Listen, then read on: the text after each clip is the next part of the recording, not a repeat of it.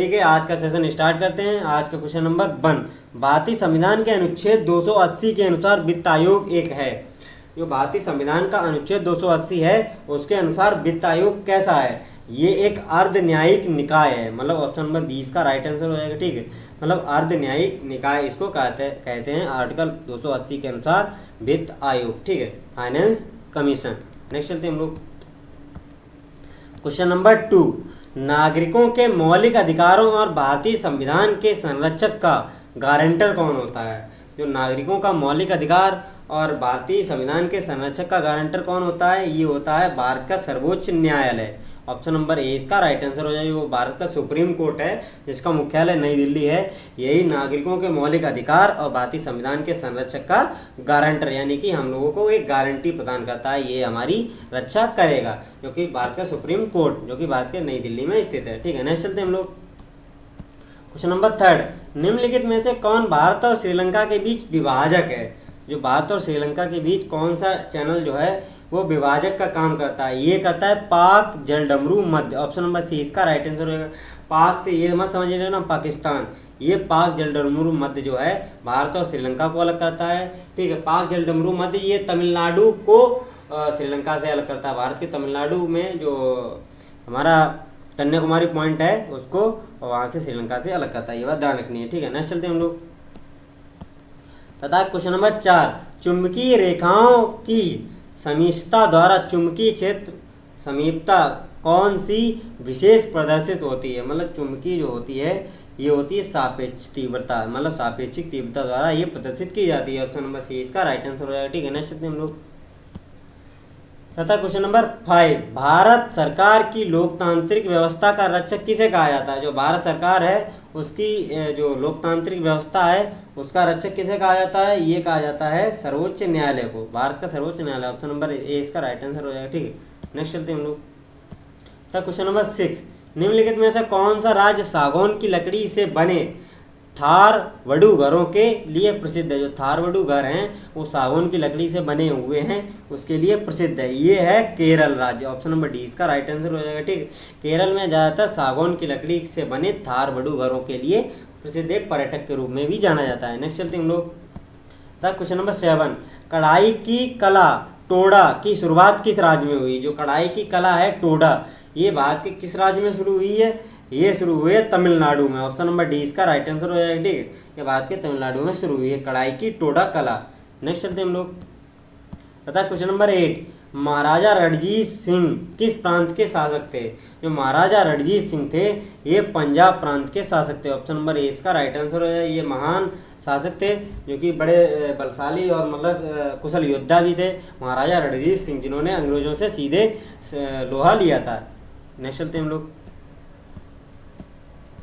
Question number 9, मछली के हृदय में कितने कच्छ होते हैं? जो मछली होती है उसके हृदय में कितने कच्छ होते हैं? ये होते हैं 2 कच्छ। ऑप्शन नंबर डी इसका राइट आंसर हो जाएगा। ठीक है, मछली के हृदय में 2 कच्छ होते हैं मुख्यतः, जैसे मनुष्य के हृदय में 4 कच्छ होते हैं, ये बात ध्यान रखनी है। ठीक है, नेक्स्ट चलते हैं हम लोग क्वेश्चन नंबर 10, संसद में लोकसभा की बैठक के लिए सदस्यों की उपस्थिति कितनी आवश्यक है? ये आवश्यक है 55 सदस्य तो मिनिमम होने ही चाहिए। ऑप्शन नंबर ए इसका राइट आंसर हो जाएगा, जो कि लोकसभा में बैठक स्टार्ट की जा सके। ठीक है, नेक्स्ट चलते हैं हम लोग क्वेश्चन नंबर 11, जब सूर्य मकर रेखा के लंबवत होता है तब क्या होती है? मतलब जो सूर्य जो है वो मकर रेखा के लंबवत होगा तो क्या होगी? ये होगी शीतकालीन संक्रांति। ऑप्शन नंबर डी इसका राइट आंसर हो जाएगा। ठीक है, नेक्स्ट चलते हैं हम लोग फिर आता है क्वेश्चन नंबर 12, बास्केटबॉल के खेल में जब कोई खिलाड़ी रिम के क्षैतिज ऊपर हवा में कूदते हुए खुद को नियंत्रित करते हुए एक अथवा दोनों हाथों से बास्केट में गेंद को डालकर स्कोर करता है तो ये शॉट क्या कहलाता है? ये शॉट कहलाता है डंक। ऑप्शन नंबर सी इसका राइट आंसर है। इस शॉट को डंक के नाम से जाना जाता है। ठीक है, नेक्स्ट चलते हैं हम लोग तब क्वेश्चन नंबर 13, निम्नलिखित में से कौन सा bird network of biosphere reserve का हिस्सा है? मतलब कौन सा जो बर्ड है वो नेटवर्क ऑफ बायोस्फीयर रिजर्व का हिस्सा है? ये है नीलगिरी। ऑप्शन नंबर बी इसका राइट आंसर हो जाएगा। ठीक है, नेक्स्ट चलते हैं हम लोग क्वेश्चन नंबर 14, 1949 में जब भारतीय संविधान लागू हुआ तो इसमें मूलतः कितने अनुच्छेद थे? जो 1949 में भारतीय संविधान लागू हुआ तो मूलतः इसमें 395 अनुच्छेद थे। ऑप्शन नंबर सी इसका राइट आंसर हो जाएगा।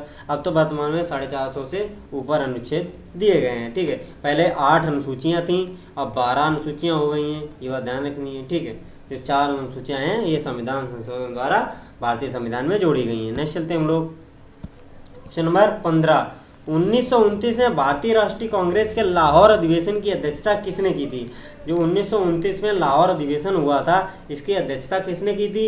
ये की थी जवाहरलाल नेहरू ने। ऑप्शन नंबर ए इसका राइट आंसर होएगा। और इसी अधिवेशन में जवाहरलाल नेहरू द्वारा पूर्ण स्वराज की मांग की गई थी। पूर्ण स्वराज की मांग की गई थी। ठीक है, ये बात ध्यान रखनी है। नेक्स्ट चलते हैं हम लोग क्वेश्चन नंबर 16। नैरोबी वार्ता किससे संबंधित है? जो नैरोबी वार्ता है वो निम्नलिखित में से किससे संबंधित है? ये संबंधित है विश्व व्यापार संगठन से।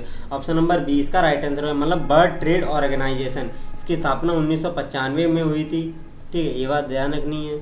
वर्ल्ड ट्रेड ऑर्गेनाइजेशन, विश्व व्यापार संगठन। नेक्स्ट चलते हैं हम लोग क्वेश्चन नंबर 17। सार्वजनिक प्राधिकरणों के साथ साथ निजी व्यक्तियों दोनों को ही विरुद्ध कौन सा रिट जारी किया जा सकता है? मतलब दोनों के ही विरुद्ध कौन सी रिट जारी की जा सकती है? ये जारी की जा सकती है बंदी प्रत्यक्षीकरण। ऑप्शन नंबर 20 का राइट आंसर हो जाएगा। ठीक है, नेक्स्ट चलते हैं habeas corpus. Question number 18। Bharat में छावनी अधिनियम वर्ष में पारित हुआ था। जो छावनी अधिनियम है ये किस वर्ष में पारित हुआ था? ये पारित हुआ था 1924 में। ऑप्शन नंबर 20 का राइट आंसर हो जाएगा, जो कि ब्रिटिश भारत शासन में ही पारित हो गया था। ठीक है, नेक्स्ट चलते हैं हम लोग क्वेश्चन नंबर 19। निम्नलिखित में से किस वायुमंडलीय परत में विद्युत आवेश कण होते हैं जो रेडियो प्रसारण को संभव बनाते हैं? मतलब किस में होते हैं? ये होते हैं आयन मंडल में। ऑप्शन नंबर डी इसका राइट आंसर है। ये आयन मंडल में होते हैं जो रेडियो प्रसारण के संभव बनाते हैं। ठीक है, नेक्स्ट चलते हैं हम लोग क्वेश्चन नंबर 20। ब्रिटिश भारत सरकार की राजधानी कलकत्ता से दिल्ली कब स्थानांतरित की गई थी? जो ब्रिटिश भारत सरकार है इसकी राजधानी कलकत्ता से दिल्ली कब स्थानांतरित की गई थी? ये 1911 से 12 में की गई थी। ऑप्शन नंबर 20 का राइट आंसर होगा। जैसे कि 1911 में दिल्ली दरबार लगा था, उस समय इसकी राजधानी घोषित तो हुई थी, लेकिन लगभग 12 के करीब आते आते ये कलकत्ता से दिल्ली स्थानांतरित हो पाई थी। ये बात ध्यान रखनी है। ठीक है, नेक्स्ट चलते हैं हम लोग रहता है क्वेश्चन नंबर 21। निम्न में से कौन सा एक बादलों की निचली परत है? मतलब बादलों की निचली परत कौन सी है? ये होती है स्तरीय कपासी बादल। ऑप्शन नंबर ए इसका राइट आंसर हो जाएगा। ठीक है, जैसे कि जो वर्षा बादल होते हैं उनको क्या कहते हैं? उनको कहते हैं निम्बस क्लाउड, यानी कि चपल बादल, जो कि वर्षा वाले बादल होते हैं, जो कि स्तरीय कपासी बादल के नाम से भी जाना जाता है। ठीक है, स्ट्रेटोक्यूमनस। ठीक है, नेक्स्ट चलते हैं हम लोग रहता क्वेश्चन नंबर 22। आधुनिक आवर्त सारणी में पोटेशियम यानी कि के का परमाणु क्रमांक क्या होता है? जो पोटेशियम होता है इसका परमाणु क्रमांक होता है 19। ऑप्शन नंबर डी इसका राइट आंसर हो जाएगा। ठीक है, नेक्स्ट चलते हैं हम लोग रहता क्वेश्चन नंबर 23। निम्नलिखित में से कौन सा निकाय संवैधानिक नहीं है? मतलब कौन सा इनमें से जो निकाय है वो संवैधानिक नहीं है? ये है राष्ट्रीय महिला आयोग। ये संवैधानिक निकाय नहीं है। जैसे राष्ट्रीय अनुसूचित जनजाति आयोग, ये भी संविधान के आर्टिकल 338 में दिया गया है। ठीक है, राष्ट्रीय अनुसूचित जनजाति आयोग ये भी है। चुनाव आयोग ये भी एक संवैधानिक निकाय है। क्योंकि राष्ट्रीय महिला आयोग है वो संवैधानिक निकाय नहीं, ये कि संविधान संशोधन द्वारा जोड़ा गया है। नेक्स्ट चलते हैं हम लोग रहता है क्वेश्चन नंबर 24। 1904 के भारतीय विश्वविद्यालय अधिनियम पारित होने के समय भारत का वायसराय कौन था? मतलब जो भारतीय विश्वविद्यालय अधिनियम यानी कि यूनिवर्सिटी ग्रांट कमीशन एक्ट जो पारित हुआ था वो किसके समय हुआ था? जो 1904 में हुआ था, ये हुआ था लॉर्ड कर्जन के समय। ऑप्शन नंबर 20 का राइट आंसर हो जाएगा। ठीक है, इनके आगे पता नहीं लॉर्ड क्यों लगाते हैं, ये साले कुत्ते थे।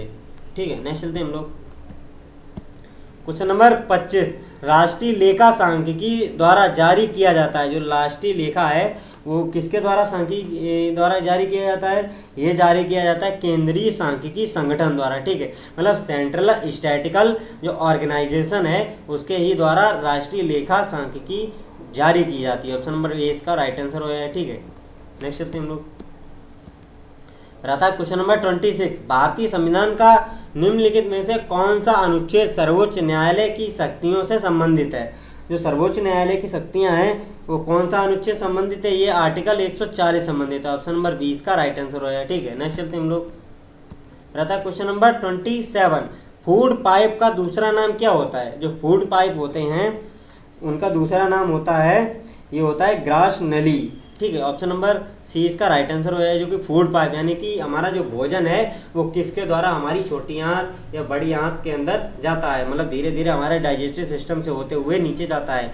ये होती है ग्रास नली, इसको कहा जाता है। ठीक है, ऑप्शन नंबर सी इसका राइट आंसर हो जाएगा। ठीक है, और जो हमारा मुख जो भोजन का पाचन है वो सर्वप्रथम कहाँ से शुरू हो जाता है, ये हमारे भोजन का पाचन हमारे मुख के द्वारा ही, जो चबाने से ही वहाँ से पाचन स्टार्ट हो जाता है, ये बात ध्यान रखनी है। ठीक है, नेक्स्ट चलते हम लोग, अर्थात क्वेश्चन नंबर 28, डैश में प्रसिद्ध उमनाथ देवलोई मंदिर मयूर द्वीप में स्थित है। ये किस राज्य में है, ये है असम राज्य में। ऑप्शन नंबर सी इसका राइट आंसर हो जाएगा। असम में प्रसिद्ध उमानंद देवलोई मंदिर मयूर द्वीप पर स्थित है। ठीक है, नेक्स्ट चलते हैं हम लोग, क्वेश्चन नंबर 29, लघु शुष्क मौसम के दौरान वार्षिक तौर पर 200 सेंटीमीटर से अधिक वर्षा किन वनों में होती है। ठीक है, मतलब लघु शुष्क मौसम के दौरान भी 200 सेंटीमीटर से अधिक वर्षा किन क्षेत्रों में होती है, ये होती है उष्ण कटिबंधीय सदाबहार वनों में। ऑप्शन नंबर सी बी इसका राइट आंसर हो जाएगा। ठीक है, नेक्स्ट चलते हैं हम लोग, रहता है क्वेश्चन नंबर 30,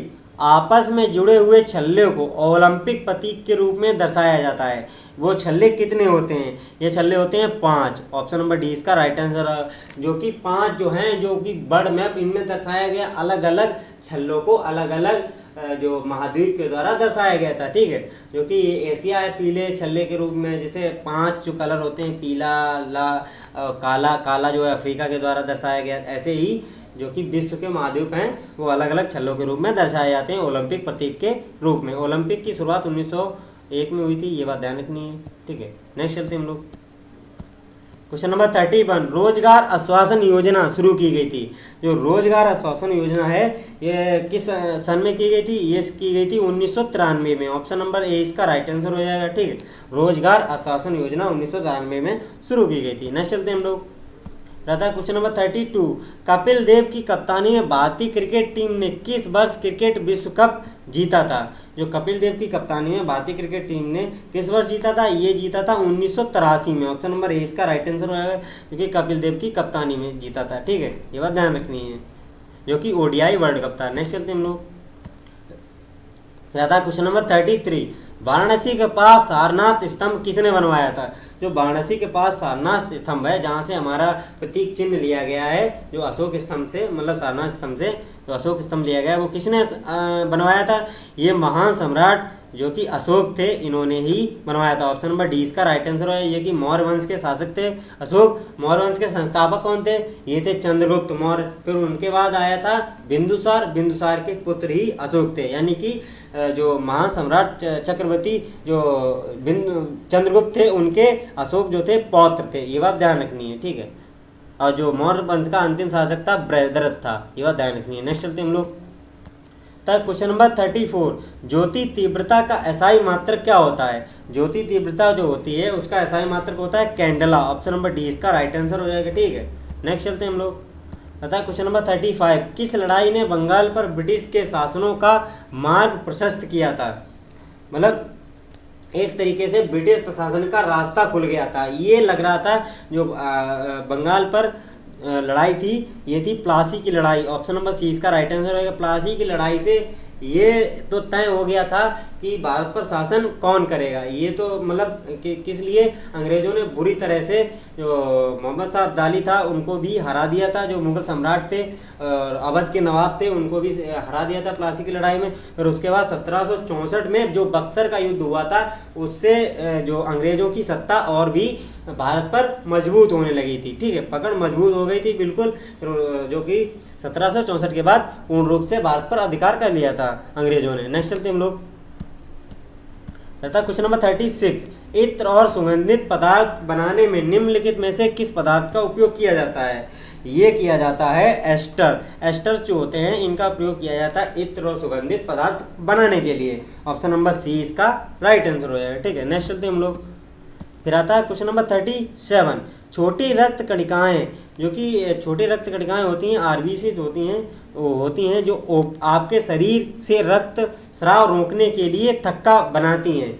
वो कौन सी होती हैं? ये होती हैं प्लेटलेट्स। ऑप्शन नंबर सी इसका राइट आंसर हो जाए। ठीक है, ऐसा कौन सा रोग होता है जो कि जिससे एक बार अगर शरीर से कट गया या चाकू लग गया तो उससे रक्त स्राव नहीं रुकता? ऐसा कौन सा रोग होता है? उस रोग को कहते हैं शाही रोग, जो कि हीमोफीलिया होता है। हीमोफीलिया ऐसा रोग होता है, एक बार अगर आप चाकू से कट गए तो उसका रक्त स्राव बंद ही नहीं होता है, क्योंकि वो हीमोफीलिया रोग ये जन्मजात होता है, मतलब जीन बाई जीन आपकी जन्म दर जन्म आपकी जो वंश में चला आता रहता है। ठीक है, ये इसको शाही रोग कहते हैं। ये एक ब्रिटिश फैमिली में अभी वर्तमान में भी रोग मौजूद है, ये बात ध्यान रखनी है। ठीक है, और इसको रक्त का थक्का बनाने के लिए विटामिन के की ज़रूरत होती है, जो कि हीमोफीलिया जो जिसमें रोग होगा उसमें विटामिन के की बहुत ही कमी पाई जाएगी। ठीक है, नेक्स्ट चलते हम लोग क्वेश्चन नंबर 38। भारतीय संसद के किसी भी सदन को बुलाने और स्थगित करने का अधिकार किसके पास होता है? ये होता है भारत के राष्ट्रपति के पास। ऑप्शन नंबर सी इसका राइट आंसर है। ठीक है, मतलब किसी भी सदन को बुलाने और स्थगित करने का अधिकार होता है राष्ट्रपति के पास, और उसको सत्रावसान का मतलब इसको एक तरीके से स्पीकर करने का अधिकार होता है स्पीकर यानी कि लोकसभा अध्यक्ष का। ठीक है, नेक्स्ट चलते हम लोग क्वेश्चन नंबर 39। निम्नलिखित में से कौन सा एक सकल खुशहाली सूचकांक का मानक नहीं है? मतलब जो सकल खुशहाली सूचकांक है उसका मानक नहीं है। मानक इसके तीन मानक दिए गए हैं, उसका कौन सा मानक नहीं है? उसका मानक नहीं है मृत्यु। ऑप्शन नंबर 20 का राइट आंसर हो जाएगा। ठीक है, जो कि सामाजिक समर्थन, उदारता, प्रति व्यक्ति सकल घरेलू उत्पाद, ये तीनों होते हैं। ठीक है, नेक्स्ट चलते हैं हम लोग रहता है क्वेश्चन नंबर 41। निम्न में से किसका अपवर्तनांक कम होता है? जो चार ऑप्शन दिए गए हैं इनमें से किसका अपवर्तनांक कम होता है? ये होता है वायु का। ऑप्शन नंबर 20 का राइट आंसर है। ठीक है, नेक्स्ट चलते हम लोग रहता है क्वेश्चन नंबर 42। वह पदार्थ जो वायु में जलता है कहलाता है, मतलब वायु में जलता है वो क्या कहलाता है? वह कहलाता है ज्वलनशील पदार्थ। ऑप्शन नंबर 1 का राइट आंसर हो जाएगा। ठीक है, नेक्स्ट चलते हैं हम लोग रहता है क्वेश्चन नंबर 43। देशांतर विस्तार के कारण अरुणाचल प्रदेश और गुजरात के बीच समयांतर टाइम लैग कितना है? ये है 2 घंटे का। ऑप्शन नंबर ए इसका राइट आंसर हो जाएगा। ठीक है, जो कि ग्रीनविच समय है, जो कि लंदन में ग्रीनविच वेधशाला है उसके अनुसार, और भारतीय यानी कि इंडियन मिलिट्री टाइम इसके बीच कितने घंटे का गैप है? ये 5 घंटे 30 मिनट यानी कि 5.5 घंटे का गैप है, ये बात ध्यान रखनी है। ठीक है, नेक्स्ट चलते हैं हम लोग क्वेश्चन नंबर 44। भारत सरकार अधिनियम 1919 किस संवैधानिक सुधार के द्वारा लाया गया था? ये है मॉन्टेगू चेम्सफोर्ड सुधार। ऑप्शन नंबर 20 का राइट आंसर हो जाएगा, इसको कहा जाता है। ठीक है, नेक्स्ट चलते हैं हम लोग तथा क्वेश्चन नंबर 45। मानव विकास का एक घटक जीवन स्तर का निर्धारण किस आधार पर किया जाता है? ये किया जाता है सकल जो राष्ट्रीय आय है इसके द्वारा ही मानव जो जीवन का स्तर निर्धारण किया जाता है। ऑप्शन नंबर ए इसका राइट आंसर हो जाएगा। ठीक है, नेक्स्ट चलते हैं हम लोग तब क्वेश्चन नंबर 46। विश्व में अधिकतम गहराई वाला सागर यानी कि महासागर जो है विश्व में सबसे अधिकतम गहराई वाला कौन सा है? ये है प्रशांत महासागर। ऑप्शन नंबर डी इसका राइट आंसर है। विश्व का सबसे बड़ा सागर भी इसको प्रशांत महासागर को ही कहा जाता है। ठीक है, नेक्स्ट चलते हैं हम लोग रहता क्वेश्चन नंबर 47। निम्नलिखित में से किस खेल का संबंध रैकेट का उपयोग करके खेला जाता है? मतलब किस खेल को रैकेट का उपयोग करके खेला जाता है? ये खेल होता है बैडमिंटन। ऑप्शन नंबर सी का राइट आंसर है। बैडमिंटन खेल में रैकेट खेल की सहायता से छड़ी को इधर उधर मारा जाता है, ये बात ध्यान रखनी है। ठीक है, नेक्स्ट चलते हैं हम लोग क्वेश्चन नंबर 48। हैंडबॉल के खेल में रेफरी द्वारा येलो कार्ड का दिखाया जाना किस खेल मतलब किसका संकेत होता है? मतलब जो हैंडबॉल खेल होता है उसमें रेफरी द्वारा अगर येलो कार्ड दिखाया गया तो वो किसका संकेत होता है? ये होता है चेतावनी का, मतलब फर्स्ट वार्निंग जो होती है उसका होता है। ऑप्शन नंबर सी इसका राइट आंसर हो जाएगा। ठीक है, नेक्स्ट चलते हैं हम लोग तथा क्वेश्चन नंबर 49। एकल नदी प्रणाली द्वारा निर्मित क्षेत्र को के रूप में जाना जाता है, वो किसके रूप में जाना जाता है? ये जाना जाता है जल संभर के रूप में। ऑप्शन नंबर सी इसका राइट आंसर हो जाएगा। ठीक है, एकल जो नदी प्रणाली है उसे निर्मित क्षेत्र को जल संभर के रूप में जाना जाता है। ठीक है, नेक्स्ट चलते हैं हम लोग रहता है क्वेश्चन नंबर 50। भारत जो भूमि का क्षेत्रफल संपूर्ण विश्व की भूमि का क्षेत्रफल का कितना प्रतिशत है? ये जो है 2.4% है, जो संपूर्ण जो भूमि है उसका भारत का क्षेत्रफल 2.4% है। ये बात ध्यान रखनी है, ठीक है। तो चलिए आज का सेशन यहीं पे एंड करते हैं। अगर सेशन अच्छा लगा हो तो लाइक एंड कमेंट करके जरूर जाएं। अगर चैनल पे नए हैं तो चैनल को सब्सक्राइब करें एंड बेल आइकन को प्रेस कर लें, जिससे लेटेस्ट वीडियो नोटिफिकेशन आपको जल्द से जल्द मिल सके। तो चलिए बिना किसी देरी को आज सेशन बंद करते हैं। तो मिलते हैं ऐसे ही बेहतरीन लेक्चर के साथ। जय हिंद।